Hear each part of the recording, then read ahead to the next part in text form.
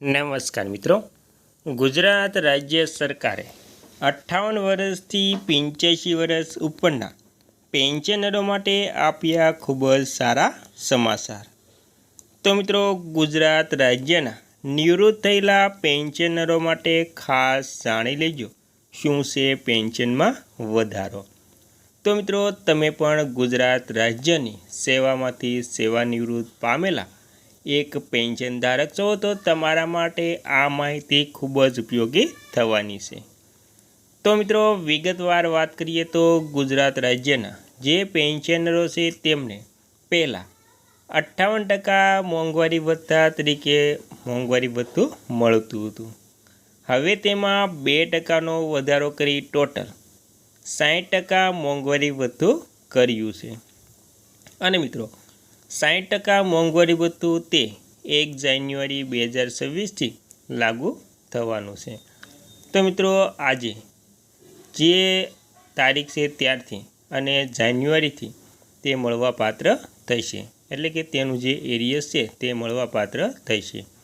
મિત્રો, પેન્શનરો એટલે કે જે તમને મેડિકલ એલાઉન્સ 1000 રૂપિયા મળે છે તેમાં પણ કદાચ 7500નો વધારો પણ થઈ શકે છે। તો મિત્રો, મેડિકલ એલાઉન્સ જે 1000 મળે છે તે ઉપરાંત જે પેન્શન પ્લસ જે મોંઘવારી ભથ્થું છે તે અને જે બાકી એરિયસ છે તેમ કુલ પેન્શનમાં વધારો થઈ ટોટલ પેન્શનમાં સૌથી મોટો વધારો થશે। અને તેમાં જો તમારી કોમ્યુટેશનની રકમ કપાત થતી હશે તો તે બાદ થઈ જશે। તો મિત્રો, આવી રીતે તમારે પેન્શનમાં વધારો થવાનો છે। તે ઉપરાંત આપણે જાણીએ તો મિત્રો, તેમાં ગુજરાતમાં 60 વર્ષ કે તેથી વધુ ઉંમરના વૃદ્ધ અને પેન્શનરો માટે સરકાર દ્વારા વિવિધ પેન્શન યોજનાઓ ચલાવવામાં આવે છે। આ યોજનાઓનો મુખ્ય ઉદ્દેશ વરિષ્ઠ નાગરિકોને આર્થિક સહાય પૂરી પાડીને આત્મનિર્ભર બનાવવાનો છે।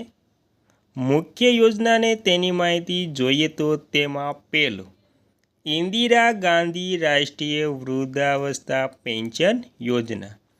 આ યોજના ગરીબ રેખા હેઠળ BPL જીવતા વરિષ્ઠ નાગરિકો માટે છે। સામાજિક ન્યાય અને અધિકારિતા વિભાગ તેમાં ઉંમર 60 વર્ષ કે તેથી વધુ। પાત્રતાની વાત કરીએ તો અરજદારનું નામ BPL યાદીમાં હોવું ફરજિયાત છે। માસિક સહાય લાભાર્થીઓને દર મહિને રૂપિયા 1000થી રૂપિયા 1250 સુધીની સહાય સીધી બેંક ખાતામાં DBT દ્વારા આપવામાં આવે છે। ક્યાં અરજી કરવી? તો આ યોજનાનો લાભ લેવા માટે તમારા વિસ્તારની મામલતદાર કચેરી અથવા તો જન સેવા કેન્દ્રનો સંપર્ક કરવાનો રહેશે। અને મિત્રો, બીજું અટલ પેન્શન યોજના એટલે કે APY। આ કેન્દ્ર સરકારની એક સ્વૈચ્છિક રોકાણ આધારિત પેન્શન યોજના છે જે અસંગઠિત ક્ષેત્રના લોકો માટે ખૂબ જ ઉપયોગી છે। રોકાણકારની ઉંમર 18થી 40 વર્ષની ઉંમર સુધી આ યોજનામાં જોડાઈ શકાય છે। પેન્શનનો લાભ 60 વર્ષની ઉંમર પૂર્ણ થયા બાદ દર મહિને 1000થી લઈને રૂપિયા 5000 સુધીનું નિશ્ચિત માસિક પેન્શન આજીવન મળે છે। ક્યાં ખાતું ખોલાવવું? તો આ યોજના માટે તમે કોઈ પણ સરકારી અથવા તો ખાનગી બેંક અથવા પોસ્ટ ઓફિસમાં જઈને અરજી કરી શકો છો।